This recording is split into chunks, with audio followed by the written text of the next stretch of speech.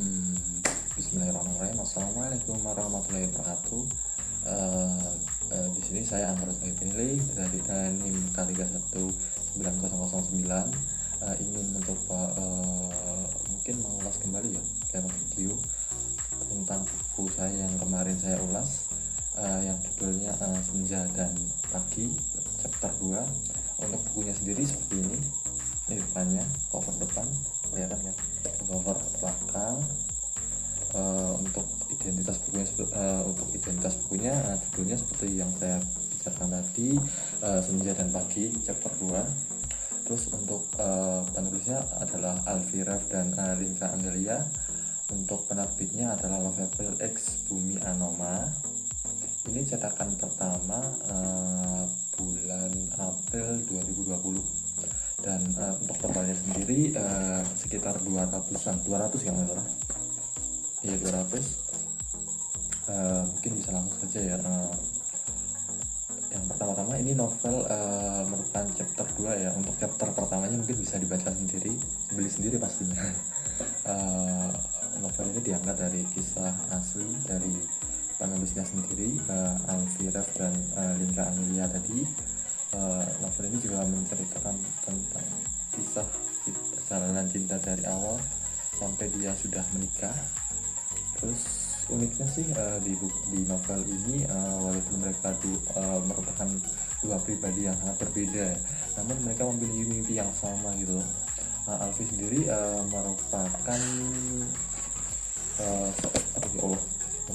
seorang pemuda kelahiran Mojokerto tahun 1995 yang merupakan seorang musik produser, sinematografer, dan sutradara yang berjiwa idealis dan nasionalis.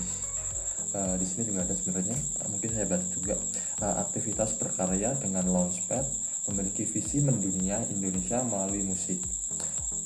Ingin mewujudkannya dengan memadukan unsur budaya Indonesia dengan elektronik dancer musik.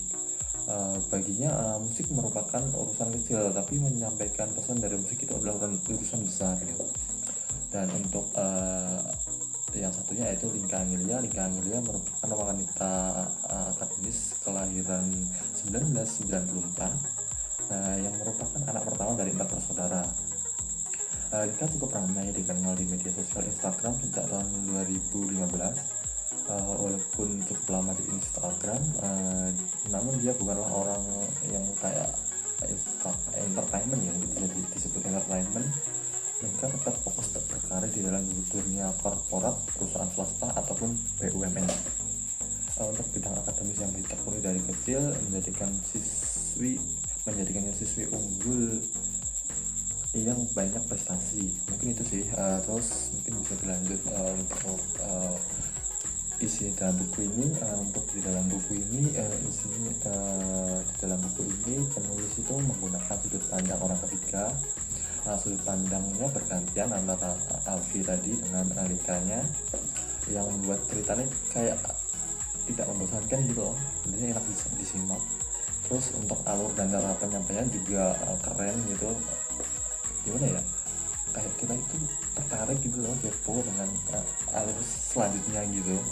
Terus untuk kayak bahasanya juga kayak bahasa yang ringan, sesuai dengan ini juga sesuai dengan asli ya. Ini ceritanya ini bukan fiktif belaka. Novel ini bertemakan seperti tadi, cinta, berarti romance ya. Sangat cocok banget sih dibaca buat teman-teman seusia saya. Seusia saya. Terus membaca buku ini sih bikin gimana ya, bikin kagum gitu loh. Bisa perjalanan Alfi itu gimana ya, bisa dibilang seru juga, bisa dibilang romantisnya dapet banget gitu loh. Namun di sisi lain sebenarnya saya lebih kagum dengan sosok Linka. Dia itu gimana ya, sabar ya, walaupun kadang kan ini kan suami istri ya kan, walaupun kadang si suaminya itu kadang nyebelin atau gimana, tetap sabar gitu loh. Terus dia juga mandiri, walaupun sebagai ibu rumah tangga, tapi dia juga produktif gitu.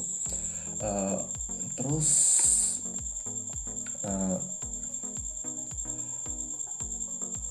novel ini awalnya menceritakan hal-hal yang dilakukan oleh Alfie dan Linka terhadap mungkin pas awal menikah ya.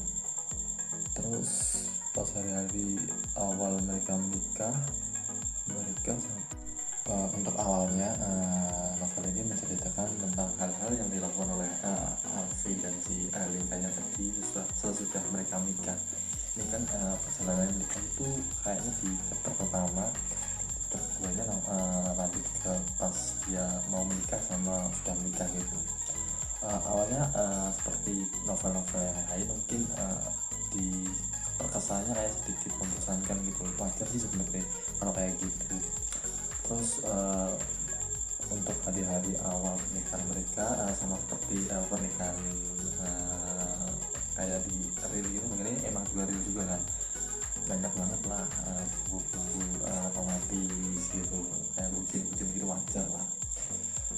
Banyak juga hal-hal lucu yang menjadi bumbu dari rumah tangga mereka gitu. Terlebih lagi si Alfie, si cowoknya gitu, setelah menikah ternyata mana kelihatan gitu loh lebih sifat-sifat aslinya gitu. Ternyata yang dulunya kayak bijak, kayak lebih dewasa, ternyata juga kekanak-kanakan juga gitu. Dan hal itu juga membuat si istrinya, si Linkanya itu membuat gimana ya, kayak sabar tapi ya gimana lagi ya, udah nikah lagian juga udah sayang juga kan anjir. Tapi di balik sifat kekanak-kanakannya si Alfie tadi, Alfie itu merupakan orang ya, laki-laki yang bertanggung jawab juga. Selain dia membiayai bersama istrinya, dia juga harus membiayai orang tuanya karena dari bapaknya sendiri juga sudah meninggal gitu. Dia juga punya adik, dia membiayai adiknya ke sekolah juga gitu.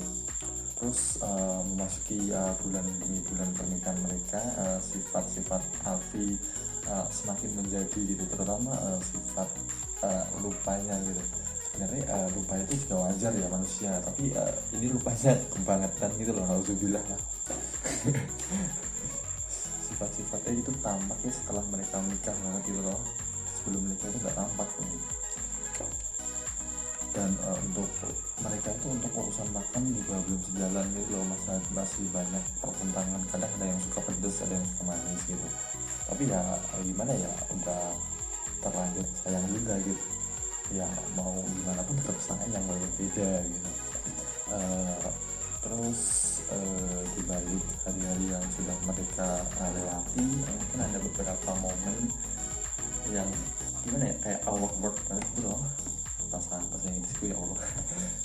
Gimana ya, yang kayak bikin pembaca itu wah gitu, kayak ya misal jalan-jalan ke Bali berdua gitu kan. Itu kan si Alfie seorang musisi ya yang punya band gitu. Nah itu setelah manggung juga dia nyempetin berdua jalan-jalan ke Bali, terus kerja juga.